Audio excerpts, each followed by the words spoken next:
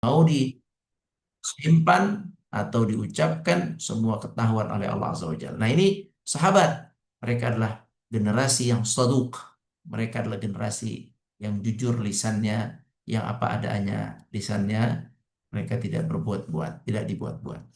Ya, makanya di zaman sahabat itu paling enak transaksi. Utang piutang berjalan dengan baik, titip menitip berjalan dengan baik, kemudian amanah titip sedekah juga berjalan dengan baik. Kemudian banyak hal di dalam sahabat itu berjalan dengan baik.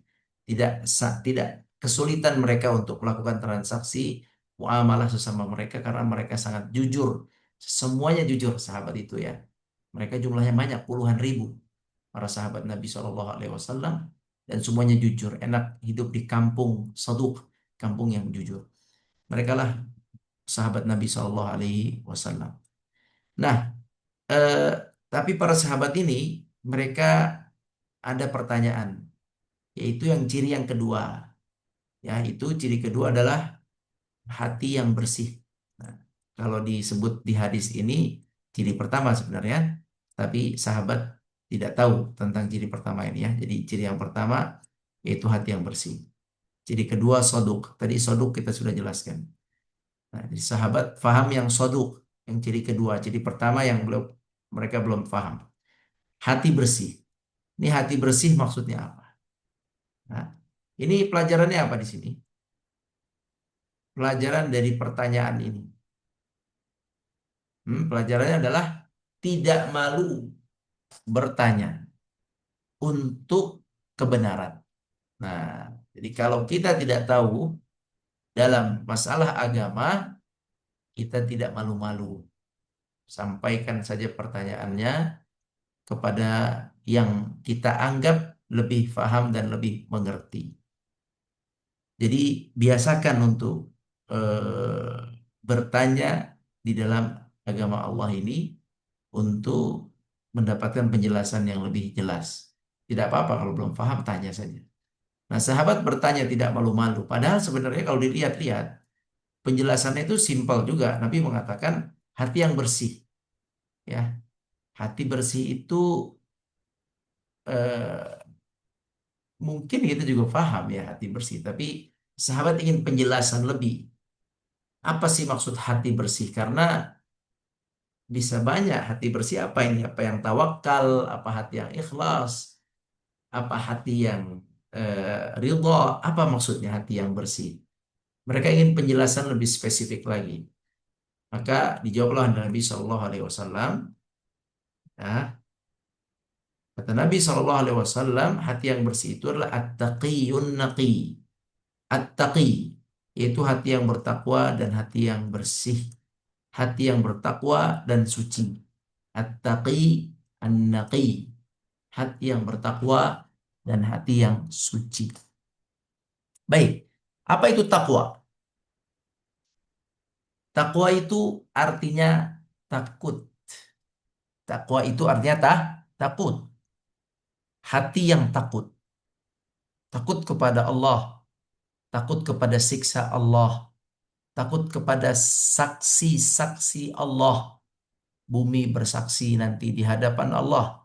Malaikat bersaksi di hadapan Allah. Jadi seseorang yang hatinya takut kepada Allah, takwa, takut kepada Allah, itulah orang yang baik.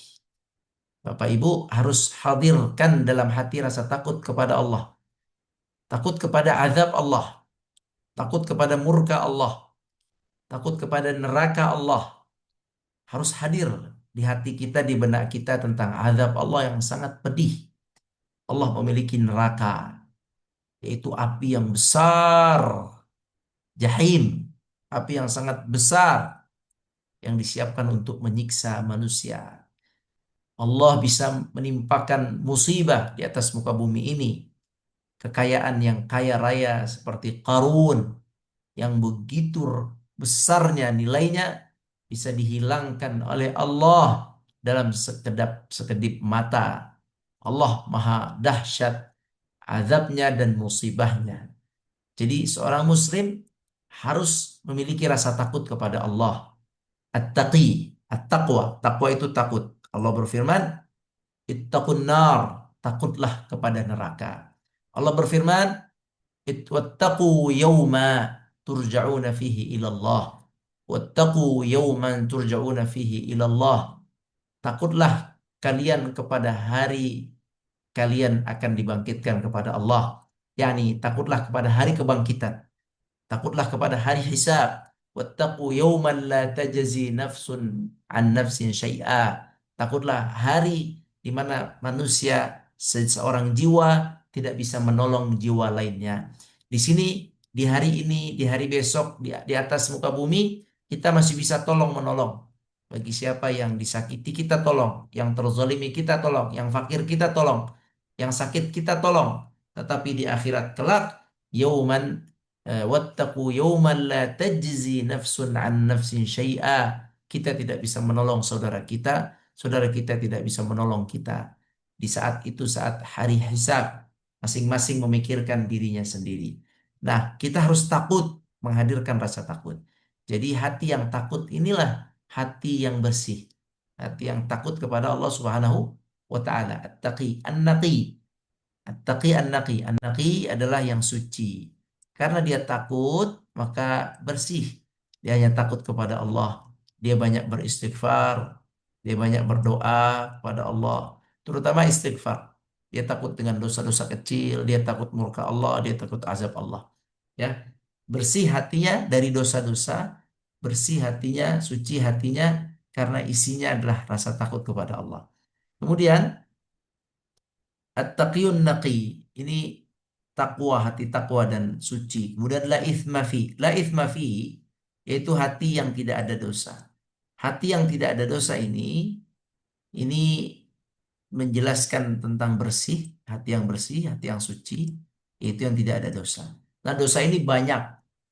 Bisa dosa syirik, dia tidak pernah hatinya terpaut kepada selain Allah, hatinya tidak pernah berpangku kecuali hanya kepada Allah. La itsma fi, tidak ada dosa syirik. La itsma fihi, tidak ada dosa di dalam hati itu, dosa ria. Dia tidak melakukan amal kecuali dia mengharapkan hanya kepada Allah. La itsma fi, hatinya bersih, dia hatinya takwa, takut, suci, tidak ada dosa syirik, tidak ada dosa ria, tidak ada dosa ujub. Ria ingin dilihat, ujub ingin dibanggakan. Tidak ada juga dosa sum'ah, ingin didengar oleh orang. Astagfirullah, hatinya itu benar-benar tulus lillah. Kalau disebut dalam Al-Quran, mukhlisina lahuddin hunafa, mukhlisina lahuddin hunafa, yaitu mukhlis lahu, yakni mukhlis hanya kepada Allah, murni hanya kepada Allah dalam beragama, mukhlisina lahu ad-din, dalam menjalankan semua agama itu mukhlis karena Allah saja. Hanifa, Hanifah tidak syirik, tidak mengharapkan makhluk, tapi hanya Allah Azza wa Jalla. Hatinya bersih, tidak ada dosa, tidak ada dosa. Nah, ini orang yang afdal. Nah, ini sulit untuk menuju ke sini. Tapi kita harus mencoba, ya, hatinya harus bersih. At-taqiyyun naqi la itsma fi. Nah, kemudian berikutnya, hati berikutnya adalah wala baghya. Nah, ini masih ciri hati bersih, banyak sekali ya. Takwa, kemudian naqi, ada empat ya. Takwa, kemudian suci, kemudian tidak ada dosa, kemudian wala baghya. Baghya tidak ada kezaliman. Hatinya dia tidak ada kezaliman. Yakni hatinya selalu berpikir keadilan, tidak mau menzalimi bawahannya, rakyatnya, anak buahnya, pekerjanya. Dia takut gitu ya. Jangan sampai saya menzalimi fulan, saya memberatkan fulan. Dia takut kezaliman. Ya, padahal apa yang dilakukan, dia sudah usaha untuk tidak berbuat zalim, tapi hatinya itu wala baghya. Hatinya sangat takut berbuat zalim. Ya, dia takut kalau ada titipan orang, takut dia salah, dia takut berbuat zalim.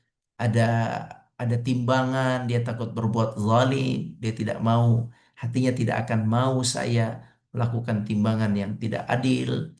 Ya, kemudian ada harta orang, dia tidak mau berbuat zalim, dia akan kelola dengan sebaik mungkin. Atau ada uang pinjaman, dia tidak mau, hatinya tidak mau berbuat zalim, hatinya sudah niat saya akan mengembalikannya. Ya, jadi hatinya tuh benar-benar tidak ingin kezaliman. Ya, seandainya dia itu melakukan kesalahan, hatinya tuh ingin membayar kesalahan itu, gitu. Hatinya tuh benar-benar tidak ada kezaliman, bersih tadi. Ini sebenarnya penjelasan dari bersih juga sebenarnya semuanya ini ya.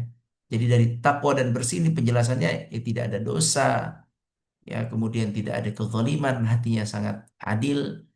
Ketika dia melakukan sesuatu yang menurut dia hatinya setelah dia melakukan nih, dia merasa aduh saya sepertinya menzalimi fulan, dia menyesal. Aduh tadi saya memukul fulan, atau tadi saya berkata buruk kepada fulan, tadi saya melukai hatinya fulan, tadi saya salah berbuat. Dia merasa menyesal, merasa bersalah, merasa menzalimi. Nah ini nih hati-hati yang begini nih. Ini nggak mudah Bapak Ibu, kecuali memang mereka yang mengerti hukum. Mereka yang mengerti hisab akan dihisab. Mereka mengerti keadilan Allah, mereka ingin adil. Mereka mengerti Allah itu tidak akan zalim dan Allah membenci kezaliman. Mereka faham, ya ibadi, wahai hamba-hambaku, la fala tadzalamu, janganlah kalian saling saling menzalimi. Inni haramtu dzulma ala nafsi fala tadzalamu. Aku mengharamkan kezaliman atas diriku, maka janganlah kalian berbuat zalim. Berbuat zalim jangan, karena Allah mengharamkan kezaliman atas dirinya, maka Allah akan menuntut siapapun yang berbuat zalim kepada hamba Allah Azza wa Jalla, berbuat zalim kepada hewan, berbuat zalim kepada saudara, kepada manusia, hak-haknya tidak dipenuhi atau hak-haknya dikurangi tanpa alasan yang benar dan seterusnya. Az-zulm wala baghya, hatinya tidak ada kezaliman. Wala ghilla. Nah, wala ghilla. Ghilla artinya kebencian. Hatinya tidak membenci seorang muslim. Ya, kalaupun dia benci seseorang adalah bukan karena orangnya, tapi dia benci karena maksiatnya. Karena benci fulan karena maksiatnya. Dan dibencinya tuh pas. Yang dibencinya maksiatnya saja. Ya, bukan seluruh badan orang itu. Ya. Jadi kalau antum benci kepada seseorang, maka bencilah dengan benci yang syar'i. Karena dia tidak salat, karena dia eh, tidak bayar zakat, karena dia tidak puasa, karena dia mencuri, karena dia syirik. Itu yang antum bencinya. Jangan gara-gara satu pekerjaan dia tidak sholat misalnya, tidak berbayar hutang misalnya. Kemudian kita membenci seluruhnya, seutuhnya, semua perbuatannya kita tolak. Belum tentu seseorang yang misalnya melakukan kesalahan A, boleh kita benci kesalahannya saja. Jangan membenci seluruhnya, ya, karena ini orang beriman tidak boleh benci kepada orang beriman yang lain. Anak nasihati, ya jangan terlalu sibuk mengurusi kesalahan kaum muslimin. Anak nasihati diri anak dan yang lainnya. Sekali lagi, antum silakan, kita silakan menasehati orang yang bersalah. Menurut kita ini kurang tepat, silakan nasihati. Tapi sudah cukup kalau seandainya dia tidak mau, dia tidak faham-faham, maka jangan benci. Patokannya jangan pernah membenci. Jangan menyimpan kebencian dalam hati terhadap muslim. Karena orang muslim yang hakiki itu adalah orang muslim yang berdoa, Rabbana, apa itu doanya? Walladzina ja'u min ba'dihim yaquluna Rabbana ighfir lana wa li ikhwanina alladzina sabaquna bil iman wa la taj'al fi qulubina ghillan lil ladzina amanu. Lihat, orang beriman yang hakiki adalah dia mendoakan ampunan buat saudaranya yang beriman. Dia doakan orang-orang beriman yang telah mendahului dia. Didoakan, ya Allah ampuni mereka, mereka orang beriman, ampuni dia. Mereka beriman lebih dulu dari kami, ampuni mereka orang-orang yang beriman dahulu. Wala taj'al fi qulubina ghillan, dan jangan kau jadikan di dalam hati kami ghil, kebencian. Ghillan lil ladina amanu, jangan sampai kami ini benci terhadap orang yang beriman. Nah, jangan sampai menyimpan kebencian. Ayo, siapa yang masih suka nyimpan kebencian, jangan sampai. Bisa jadi dia bersalah sama kita, nggak apa-apa. Kita, iya, dia bersalah. Tapi tolong buang kebencian itu. Bersihkan hati. Kalau mau menjadi orang yang afdal. Jangan menyimpan dendam. Minta maaf. Sampaikan. Jangan dari belakang. Anda paling selalu sampaikan. Jangan terbiasa menyimpan kebencian, kekesalan di dalam hati. Sampaikan dengan sebaik-baiknya. Kalau tidak sanggup menyampaikannya, buang kebencian. Jangan sampai kebencian itu menjadi penghalang ampunan Allah kepada kita. Allah itu tidak suka ada hambanya yang bertengkar. Orang yang bertengkar itu dua-duanya saling benci, saling hasad, saling benci, maaf, saling benci, saling dendam. Ini sama Allah SWT tidak diampuni sampai mereka berdua bersalaman, memaaf-maafkan. Jadi hati-hati, jangan membenci. Ya, kalau kita punya anak dua, misalnya Allah maha maha maha tinggi dari permisalan kita, tapi kita ingin misalkan ada anak dua, dua-duanya bertengkar, satu dengan satu bertengkar aja, sama-sama saling menyimpan benci. Kita akhirnya kan kesal, kesalnya kepada kedua-duanya, ya, kesal kepada dua-duanya. Mau maafin yang satu, dia berantem lagi, ya ini bertengkar lagi, ini bertengkar lagi. Jadi jangan sampai kita bertengkar yang berkepanjangan. Allah nggak suka. Seperti mana bapak ibu nggak suka melihat anaknya bertengkar dua-duanya. Allah nggak suka melihat hambanya ada ini bertengkar. Walaupun sholat habis sholat bertengkar lagi, ya kan? Ibu nggak suka, bapak nggak suka. Sholat diem, habis sholat bertengkar lagi nggak suka. Nah Allah juga nggak suka dengan hamba yang bertengkar. Jadi kalau ada masalah dengan seorang mukmin, selesaikan dengan mudah, dengan cepat, dengan hati yang lapang, jangan dengan benci. Ini jadi masalah.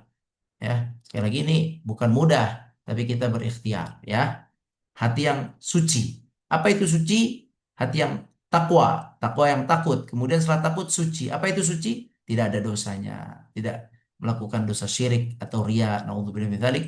Tidak ada kezaliman, tidak ada niat untuk menzalimi orang lain, takut menzalimi orang lain. Wala ghilla, hati yang tidak benci kepada seorang yang beriman, kecuali benci-benci yang halal yang boleh, yaitu benci karena dia berdosa. Itu saja. Jangan menyimpan dendam benci. Wala hasad. Nah, hasad dan juga tidak ada hasad dalam hatinya, tidak ada hasad. Hasad itu apa hasad? Dengki ya. Hasad itu apa bahasanya di sini? Hasad ya. Hasad itu bahasa Arab artinya tidak suka dengan kesuksesan orang lain. Jadi melihat orang lain berhasil, kaya raya, sukses, hafal Quran, atau sukses dunia atau akhirat, dia hasad. Seseorang lebih pintar dari dia, dia hasad. Seseorang lebih berilmu dari dia, dia hasad. Seseorang lebih tinggi derajatnya dari dia, dia hasad. Seseorang lebih banyak bersedekah, dia hasad. Nah, jangan sampai ada hasad dalam hati kita. Terimalah, terimalah. Kalau ada orang lebih pandai, sama-sama kita dokter, dia lebih pandai, terimalah. Sama-sama kita IT, dia lebih pandai, terimalah. Sama-sama kita seorang dai, pendakwah, dia lebih hebat, lebih pandai, terimalah. Terimalah, itu semua sudah dari Allah, ya. Allah Allah itu apa? Memberikan keutamaan kepada yang satu dan yang lain. Itu Allah yang mengutamakan. Para nabi pun ada yang lebih tinggi dan ada yang di bawahnya. Para nabi pun berjenjang. Itu semua Allah Subhanahu wa taala yang menetapkan. Tilkar rusulu faddalna ba'dahum ala ba'd. Allah lah yang menetapkan keutamaan Rasul A di atas Rasul B, Rasul B di atas Rasul C. Ini semua ditetapkan oleh Allah. Jadi tidak, jangan ada dengki. Para nabi tidak pernah berdengki kepada nabi sesamanya. Nabi Isa tidak pernah dengki akan datang nabi yang terakhir, Nabi Muhammad yang lebih mulia darinya. Bahkan Nabi Isa mengabarkan kepada kaumnya akan datang kepada kalian nabi yang terakhir, nabi yang afdal, nabi yang dicintai oleh Allah, Nabi Muhammad. Bahkan Nabi Musa juga sama mengabarkan akan datang nabi yang terakhir yang dicintai oleh Allah. Mereka tidak ada yang dengki. Ketika mereka nanti ketika mereka nanti di akhirat, mereka bertemu dengan Nabi Muhammad, mereka akan semuanya dipimpin jadi makmum Nabi Muhammad SAW ketika Isra Mi'raj misalnya. Itu mereka tidak ada yang dengki. Jadi kaum muslimin tidak ada hasad, tidak boleh hasad.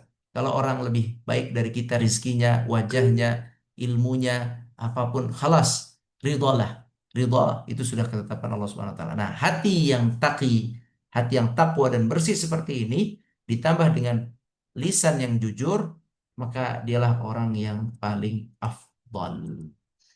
Nah, mudah-mudahan kita ini dimudahkan oleh Allah untuk mendapatkan sifat-sifat baik ini, yaitu lisan yang jujur, Allahumma amin. Yang kedua, hati yang takwa, yang takut dan bersih. Bersih dari apa? Bersih dari dosa, bersih dari zalim, bersih dari kebencian sesama muslim, bersih dari hasad atau dengki.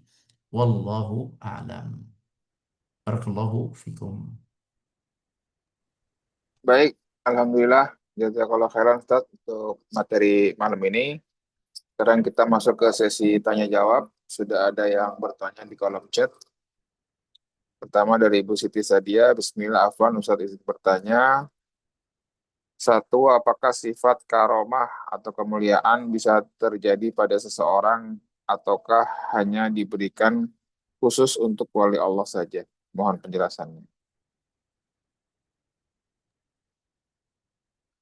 Karomah hanya untuk orang-orang yang dekat dengan Allah, yang dekat dengan Allah Subhanahu wa taala.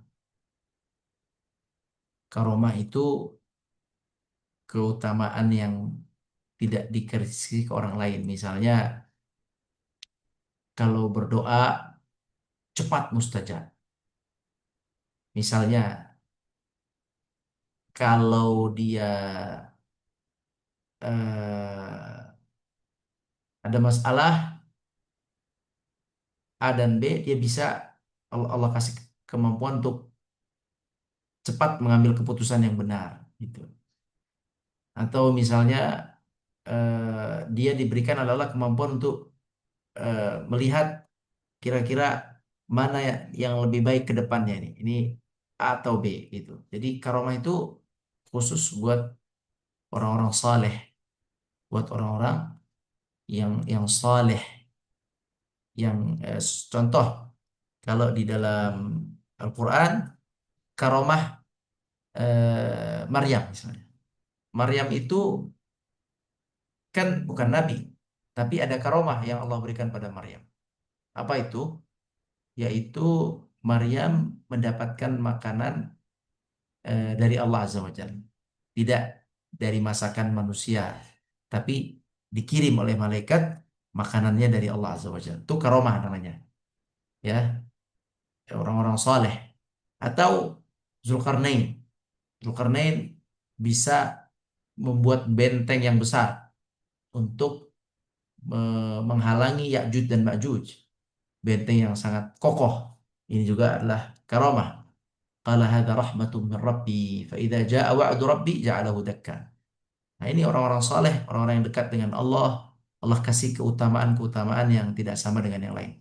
Atau pemuda, pemuda Ukhdud namanya ya. Pemuda Ukhdud itu juga Allah kasih karomah. Dia bukan nabi, tapi dia orang saleh, orang yang punya keyakinan dengan Allah, yang sangat kuat keyakinan kepada Allah. Dia bisa melempar batu atau ketapel, ketapel atau batu itu mengenai singa, dalam riwayat singa atau dalam riwayat lain badak gitu, binatang buas lah pokoknya, hanya pakai batu mati binatang buas itu. Ya nggak masuk standar ilmu fisika kimia ya kan atau ilmu medis, kayak batu kena mati itu secepat itu. Ini namanya karomah. Ini namanya karomah. Dan masih banyak cerita-cerita di Al-Quran yang nyata tentang karomah. Ya, termasuk Ashabul Kahfi, pemuda Kahfi. Mereka orang-orang yang saleh, mereka tidur 309 tahun lamanya, mereka tidak gondrong rambutnya, tidak panjang kukunya, tidak berubah raut mukanya, masih muda semua. Ini karamah yang Allah berikan pada mereka. Nah, karamah ini hanya untuk orang-orang yang Allah lihat tulus, ikhlas, takwa. Karamah ini banyak, ya gitu. Kemudahan yang tidak standar, kemudahan yang benar-benar di luar standar Allah berikan pada mereka. Namun Allah alam. Baik, belum ada lagi di kolom chat. Mungkin masih ada yang mau bertanya langsung kepada Ustadz. Silakan diberikan kesempatan bisa membuka mikrofonnya.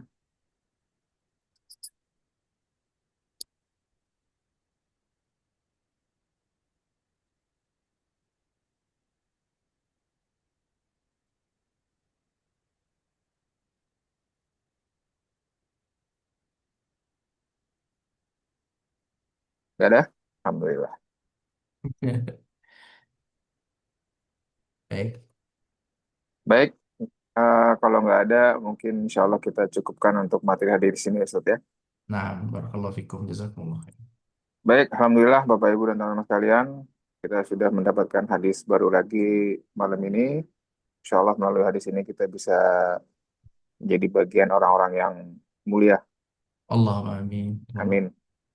Baik, kita akhiri kajian kita dengan sama-sama baca kafaratul majelis. Subhanakallahumma wa bihamdika, Subhanakallah asyhadu an la ilaha illa bihamdika anta, asyhadu an astaghfiruka la wa ilaha atubu illa ilaik. anta astaghfiruka wa Terima atubu kasih banyak Bapak Ibu dan teman sekalian dan juga Ustaz Rahmat. Insya Allah kita bertemu di